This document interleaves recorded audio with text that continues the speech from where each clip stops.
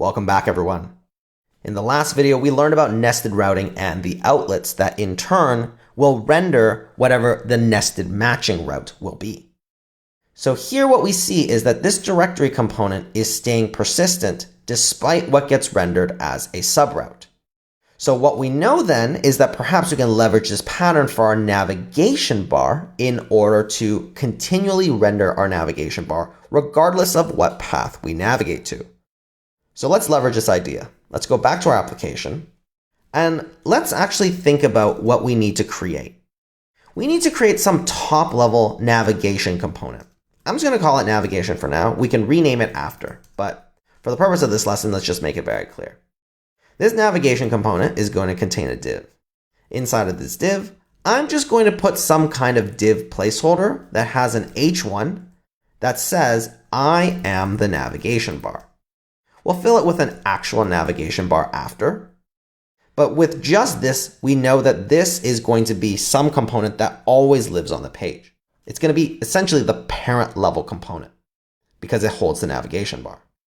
Inside now, whatever's underneath the navigation bar should render the home page or the shop page, respectively, depending on the path. So to do that, we're going to utilize an outlet. So watch me set this up first, and then I'll explain in detail what's happening in case this is a little confusing. So this navigation bar should be at the top level. So at the very top level, this should nest everything. And it should nest it under slash, and the element that it points to should be this navigation component. Inside of here is where we now want to render our appropriate sibling components. So instead, remember, shop is nested under home. We don't want that anymore. We want these to be siblings of each other. And I want this home, just to be explicit, let's just keep it home for now. And now let's nest these inside of here.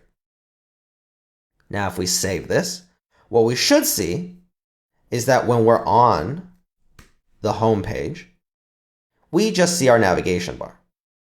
If I go to /home, I see the directory. If I go to /shop, I see the shop page. So far, the navigation bar is persistent. But when we land on our website, we do want just this base path to show the directory instead of having to go to /home. So how do we do this? Well, instead of pattern matching path like this, we can actually use the term index. And index is an attribute. If you pass index like this, it's actually equivalent to saying index is equal to true. It's just shorthand. But what this tells this route is that when you match just this slash, so with nothing on it, then this should be the home component. That's what you render at the outlet level. So match this slash when it's empty as the base component. So we know that we already have a parental component, but render whatever the base is inside of the outlet.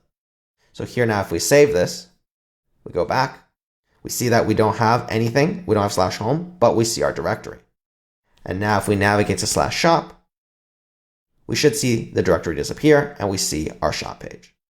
But the main thing is now we're persisting this navigation bar. So this is actually our top level component. This outlet will now in turn render everything else inside. So we have now leveraged that specific pattern utilizing the outlet that we had previously in our home component, but now we've moved it to this top level navigation component. And this top level navigation component is kind of like the template. It essentially represents the thing that should always be present. And the thing that we decided to be present was going to be this navigation bar component. Inside this outlet, this is what we'll swap based on the remaining route matching inside. And this pattern matching, this deeper nested route matching, you can do continually, however nested deep you go. And that's the big advantage of React Router DOM. It takes a little bit of time to wrap your head around this concept, but we'll get a lot of practice. But here we can see how we leverage this outlet pattern now in order to persist the navigation bar. So we're definitely going to leverage this pattern a lot throughout the rest of this application. In the next video, let's style this navigation bar so it looks closer to what we actually have in our final application. and then we can continue building out our routes and building out our pages. So I'll see you in the next video.